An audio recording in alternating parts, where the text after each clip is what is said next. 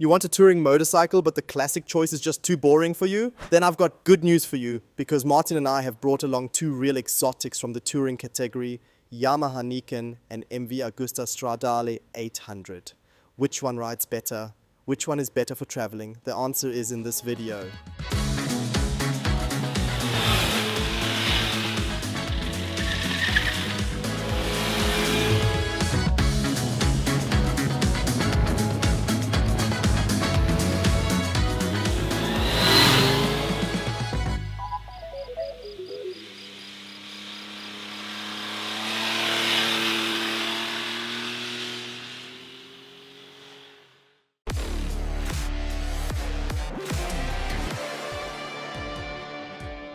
And with that, welcome to 1000 PSTV, where Martin and I have ended up near Stuttgart to get our hands on these used motorcycles. Here are two bikes you rarely see on the road, rarely up on a mountain pass, the Niken and the Stradale 800. And Martin, I'll leave it up to you. Which bike do you want to start with? Which bike do you want to talk through first? Let us start with the extreme exotic, with the Yamaha. Yes, it's actually mad. Yamaha, a huge Japanese manufacturer. But even they build exotic bikes that you rarely see. And one of those is the Yamaha Niken. It came onto the market in 2018, and the idea was to create a new vehicle category with two tires at the front. We already know it from Yamaha's scooter class as well, with the Tri-City 1, 25 and 300. That concept is used successfully there, and at Yamaha they thought, well, let's build that into a motorcycle as well, based on the familiar MT-09. Yes, but unfortunately the whole concept didn't go down that well with motorcyclists. The Niken no longer exists now. They tried everything, but I think the concept was simply too bold for motorcyclists. And whether it was simply too bold, too early, or whether it just didn't work that well, I think that's what we want to work through a little bit for you now. Martin, I think these last few days were your first time on this Yamaha. Actually, that's pretty incredible. You've ridden just about everything, but not the Niken yet. Tell us, what were your impressions? Yes, it really is a super exciting construction. In this version, it basically hadn't existed before.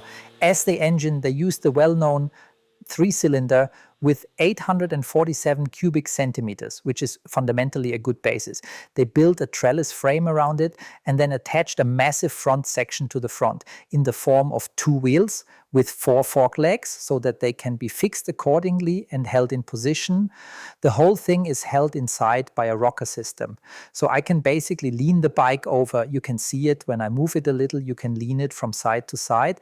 The motorcycle behaves like a standard bike, like you know it, with the advantage, in inverted commas, that you have 2 contact patches at the front of the vehicle instead of 1 central wheel. The idea behind it is that if you ride over a bad patch or spot on the road with the front wheel, I still have another one that runs offset from it and can perhaps still build up good grip there. That was also a bit of the thinking behind the bike. But of course, the engineering effort is enormous when you look at it. We have 4 fork legs that are necessary for it, each fitted with 2 yokes, which hold the whole thing in position. We have braking systems fitted on the left and right. And of course, that brings a huge amount of weight with it. With this bike, I think we're at just under 270 kilograms. 263 ready to ride. I wanted to check that again because that really is a point with this motorcycle. You can see it just visually when you sit on it. That front end, you said it's a bit like riding a quad, as if you had a jet ski in front of you. It really is a mad construction that you see there and carry around with you. Of course, you've also got double the maintenance effort at the front, 2 tires, 2 sets of fork legs. That is also something you have to bear in mind in the long run. But of course, also in terms of riding dynamics, I think that's what you were just about to mention. You can feel that too? Yes, so I have to say, for me, it was the first time on a bike like this. And it was very surprising how motorcycle-like it actually feels to ride. So you don't get the feeling at all that you've now got 2 wheels underneath you guiding the front end. Instead, it turns completely normally and also rides completely normally, like a normal motorcycle. That really was very surprising. I also have to say, the high weight doesn't make itself felt as negatively as you might think. So the agility is basically okay too. Where you do notice it though, where there is a bit of a peculiarity, is when you're riding a bit faster and then dive into deeper lean angles with the bike, that it brings a slightly different feeling at the front wheel than on another motorcycle or a normally constructed motorcycle. You miss a bit of that directness. The feeling is still quite pleasant though. It's not as if you'd say you have no feeling at all for the front tire. It just feels a little different. Fundamentally, it really does ride well. The seating position and ergonomics are nicely done. The seat isn't all that high. I think we've got just over 800 millimeters of seat height. The handlebar position in relation to the seat is also well sorted. So the ergonomics are basically really good. The weight then does make itself noticeable when it comes to braking or acceleration. We've got 115 horsepower in the engine. That means it is actually very powerful. The 3-cylinder also has a very broadly usable rev range, but then the weight really does make itself fairly noticeable because the whole thing becomes a bit more sluggish. But I have to say the impression was surprisingly positive for me, especially for a first ride. But above all, this is also about touring motorcycles. What this motorcycle does to me, at least in my head, is that when I turn at a traffic light and there are lots of road markings, and you can see from the weather anyway that the conditions are changeable, I don't think as much about the front wheel possibly slipping away, because in my head at least, I have that anchor, hey, I've got a second wheel at the front. That means I think, especially when you're out on mountain pass roads where there's still bad asphalt in places, even if you perhaps don't necessarily have more grip, it does something to you mentally. You say, hey, I'm traveling more safely. And especially with the Niken, Yamaha really did push it as a touring motorcycle. There was also the GT version with side cases as standard. This one here has a short windscreen fitted, but there are also taller versions and full luggage systems. So you really could equip it in such a way that you could go on a long holiday with it. What we don't have, of course, and what perhaps would have been practical, is the technology from the scooter sector, namely that you can lock the front end. That means I can't simply park the motorcycle upright. No, I always need a side stand or center stand. That could perhaps be a difficulty for shorter people when it comes to maneuvering the motorcycle or picking it up. But nevertheless, I would say this concept is actually, I think it's a shame that it disappeared like that European motorcyclists weren't open enough. Because purely technically, it all works well, it all makes sense, it doesn't cause any inconvenience, but it simply didn't go down well. And that also means that if you find it here on the used market, you can usually buy it fairly cheaply compared with the new price. That was somewhere between 16,000 and 18,000 euros. Now, almost 10 years later, you're still paying a good 10 grand for it. And that is the good thing if you're interested in a bike like this. The market is small, which means the selection is smaller, but people also have trouble finding a buyer. In other words, you can find a real bargain with it. But that's only one bike we have with us. Martin, now we're moving more towards a classic motorcycle, I would say. Although this one is anything but classic as well. The MV Agusta Stradale 800. It has its roots in the Rivale. Back then, this motorcycle was a sort of supermoto naked bike crossover as we knew it from the Aprilia Dosso Duro, or as we still know it today from the Hypermotard. So proper fun bikes for the road. But MV Agusta then took that and converted it into a sort of supermoto tourer. SMT, as another manufacturer would call it.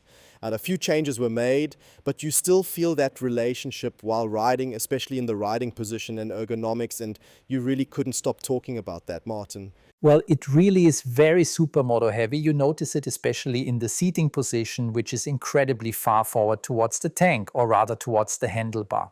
The distance from the handlebar to the seat is very short, and because of that, it feels very unfamiliar when you're talking about a road motorcycle or touring motorcycle. After all, that is the category it ultimately gets forced into. And of course, that makes riding it a bit different because it doesn't have that typical touring behavior. We have the best counterexample right here, where the distance to the handlebar is probably almost twice as great as it is here on the MV Agusta. That does make it quite lively, but it is difficult to build up feel and trust for the front tire.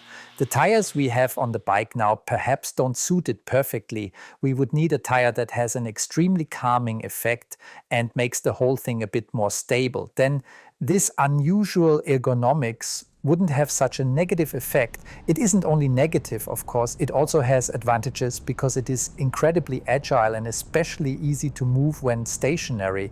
But when it comes to building up feeling, it is not quite ideal. Although you said it's agile when stationary, yes, but the full steering lock, considering it is meant to be a tourer, is really criminally small. So if you want to maneuver it in a tight car park, it gets difficult. But I just want to briefly outline the bike in general because it is actually really interesting as it stands here. And as it stands in front of us, it is completely standard. That means we have hand guards with integrated indicators here. That is of course nice when traveling because my hands are slightly protected. But of course if I drop it once, then that is the first contact point here. And then you can replace the whole unit straight away. The windscreen is adjustable and offers okay wind protection. Yes, it isn't the finest tourer where I'm completely taken out of the wind. But still, we do have a bit of protection, especially when you then get onto the motorway and just want to cover distance. Did you actually ride it yesterday on the Autobahn? Yes, exactly. We rode well over 200 with it, and it was actually quite pleasant. There weren't any major turbulences. So you really can ride it in a relaxed way, definitely much better than on a comparable naked bike. And what we also have at the rear, and I really haven't seen this construction from any other manufacturer, are these side bags, which also come as standard from MV Agusta.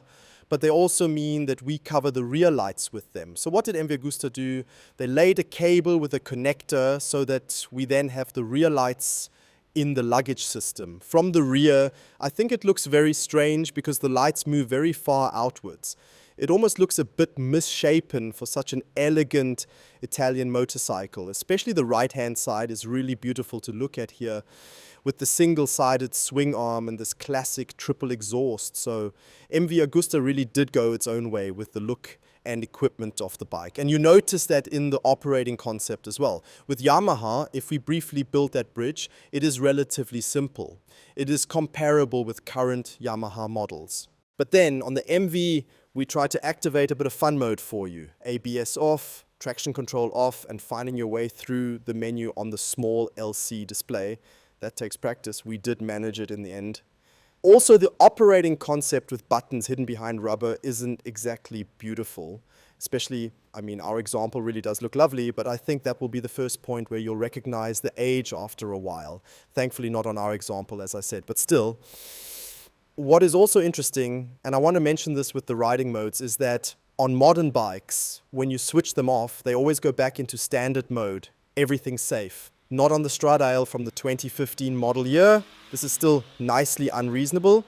In other words, yesterday we switched off the traction control and this morning it was still switched off. So when you can have fun, yes, that is a bit of a factor, isn't it, Martin? I mean, you drifted around a bit there. You showed that it works. Does it work on this bike? Is it also a bit of a fun bike? Absolutely. That is, of course, where this supermoto layout shows its positive side again, because especially when it comes to the fun factor and you want to play around a bit, the bike makes that very accessible. You can deactivate the rear ABS, which is a great thing and not exactly standard on every bike. And with that, you really have all the freedom, especially when you think back towards supermoto, to really move the bike freely, particularly under braking. And that was a lot of fun. It was relatively simple. The engine, I have to say, is also this 3-cylinder with around 798 cubic centimeters, also 115 horsepower, which fundamentally does provide drive, but you do need quite a lot of revs for the unit to really sprint forwards. The peak power is also only available very high up, I think above 9,000 revs. That already shows that you really need high revs here. And in my opinion, that doesn't suit this bike quite so well, because it's more the kind of bike that wants to have torque from low down or needs that push from low down, because then the fun factor becomes significantly greater. And that is what I miss a little here. The gearbox isn't quite ideal on this bike either. You notice that the gear changes are very notchy. Finding neutral isn't always that easy either. When you try to shift through the gears while stationary, it catches a bit. So there are a few things where I'd say, yes, they perhaps could have solved that a little better. But otherwise, it is definitely a top fun machine. Yes, and you've already mentioned it. Both bikes have 3-cylinder engines. Of course, this isn't a classic comparison. That wouldn't really be fair to either of the bike concepts. But they are both exotics that you can get nowadays for around 10,000 euros. And Martin, you've already said that apart from a 3-cylinder engine and trellis frame, these bikes are actually out in two completely different worlds. Absolutely. We've already talked about the weight as well. So I think we've got around 80 kilograms or so difference in weight here. That is, of course, a huge number. So naturally, the comparison isn't really there. But our topic was to pick out exotics from the touring segment. And I think with these two bikes, we've definitely reached into the right drawer. Right, so you've seen it, a classic comparison in this case, not possible. But we were able to show you that it doesn't always have to be the classic choice. Perhaps with the Boxer engine, everything you always see at the biker meter anyway. You can also go for real exotics. And both bikes, yes, they are already at a good age now, but nevertheless, you can still get them on the market. And above all, like our examples here from Limbächer, in a truly immaculate condition. We didn't notice anything that somehow wouldn't have worked brilliantly. No, you can buy that and above all have real fun with it. Martin, do you have anything else to add? I'd just like to confirm for this price, you've got two absolute great machines here. Not just exotics, but also bikes you can have fun with. Everything worked reliably. Everything is in immaculate condition. And I think that is an important point, especially when you're looking around the used market, that you also have a certain amount of security. So you don't immediately break down at the next junction because there are some hidden defects. We saw that you can basically go for it without worrying. And it gave us a huge amount of fun throughout the whole day. So our recommendation is clear. Go to Limbächer. For us today, or actually the day before yesterday, was also the first time we were there. A huge showroom. I like to call it a playground for grown-ups. So go and have a look at Limbächer. Maybe these two examples are still there because we simply took them from the used bikes showroom. And otherwise, of course, write to us in the comments. If you have decided on bikes like these, then we can nicely collect experiences in the comments. Yes, dear viewers, Martin and I, we thank you for your attention. Thanks for watching. And we'll see you in the next video here on 1000 PS TV. Maybe it'll be used bikes again. Maybe it'll be Martin on the racetrack. We'll see. Thanks for watching. Tschüss.